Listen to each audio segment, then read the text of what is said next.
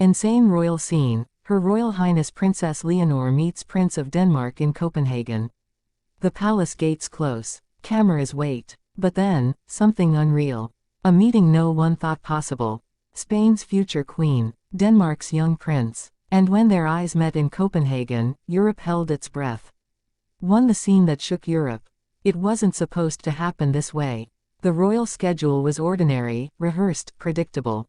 Princess Leonor was expected to attend her training, Denmark's prince was expected to fulfill his ceremonial duties, and Europe was supposed to continue in its quiet rhythm. And yet, out of nowhere, an insane royal scene unfolded. Her Royal Highness Princess Leonor of Spain, dressed in the disciplined elegance of her military uniform, landed in Copenhagen. On the other side, the Prince of Denmark stood waiting. No headlines had warned us. No royal calendar had predicted this. The world would soon learn why. Why Copenhagen? Why Copenhagen, of all places? The answer lies in two monarchies tied by history, tradition, and destiny. Spain and Denmark may stand apart geographically, but their royal houses share bonds stretching back centuries. And yet, this was not simply diplomacy. Leonor did not step off that plane just to wave. She came for something far more personal, far more emotional. Later in this video, you'll hear what was whispered between them, and why it left both courts buzzing. First sight, first shock. Imagine the scene. The cameras focus on the airport runway. The air is thick with expectation. Then, the doors of the royal jet open. Leonor appears, composed, poised, regal. She steps down slowly, her military-style salute firm, her eyes steady. Across the line, the Prince of Denmark moves forward. His expression is impossible to read, half surprise, half pride. The two heirs meet. They shake hands. But the silence between their words speaks louder than any royal statement. And in that exact moment, Europe sees not just two young royals, but two futures colliding. For Queen Margrethe's hidden smile.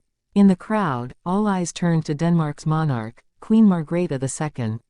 Known for her sharp mind and sharper instincts, she rarely shows emotion during public ceremonies.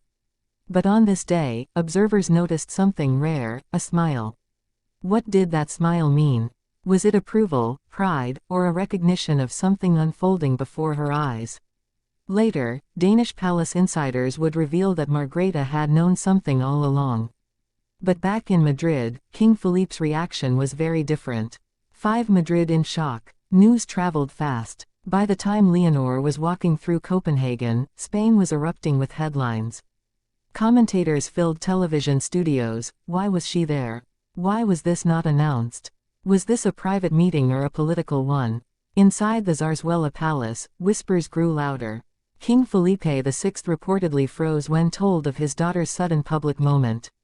Queen Letizia, ever protective, feared the spotlight could twist Leonor's intentions.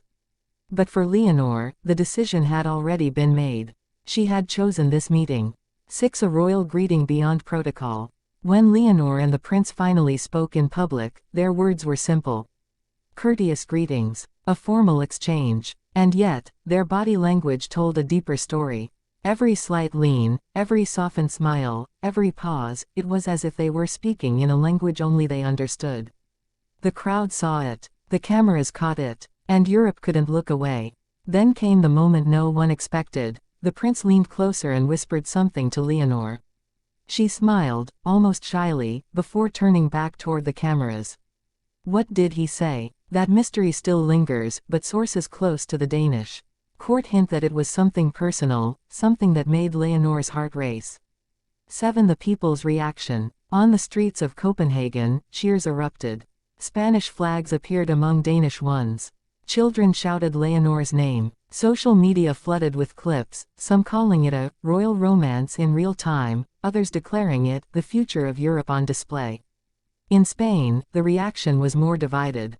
Some celebrated their princess's courage, independence, and connection with another future monarch. Others questioned, is this love, or is this politics? Either way, Leonor had captured attention across borders. Behind palace doors. What happened after the cameras stopped rolling?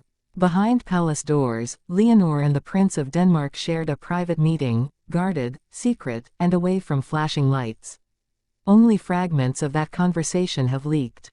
But according to insiders, one thing is clear, it wasn't just about friendship.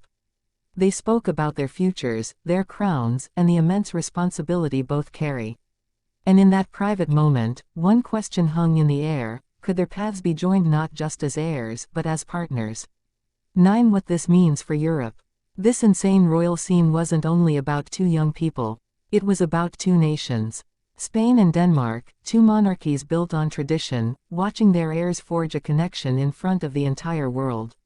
If Leonor and the Danish prince continue this bond, what could it mean for the balance of European royalty? Could alliances strengthen? Could traditions shift? Or could this create unexpected tensions in other royal houses watching closely? One thing is certain, nothing will ever be the same.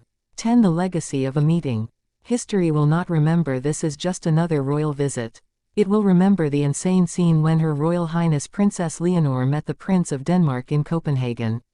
It will remember the way the world froze, the way Queen Margrethe smiled, the way Spain held its breath, and the way two young heirs looked at each other as if they knew something we didn't. Because sometimes history doesn't shout, it whispers. And on that day in Copenhagen, the whisper was loud enough to shake Europe.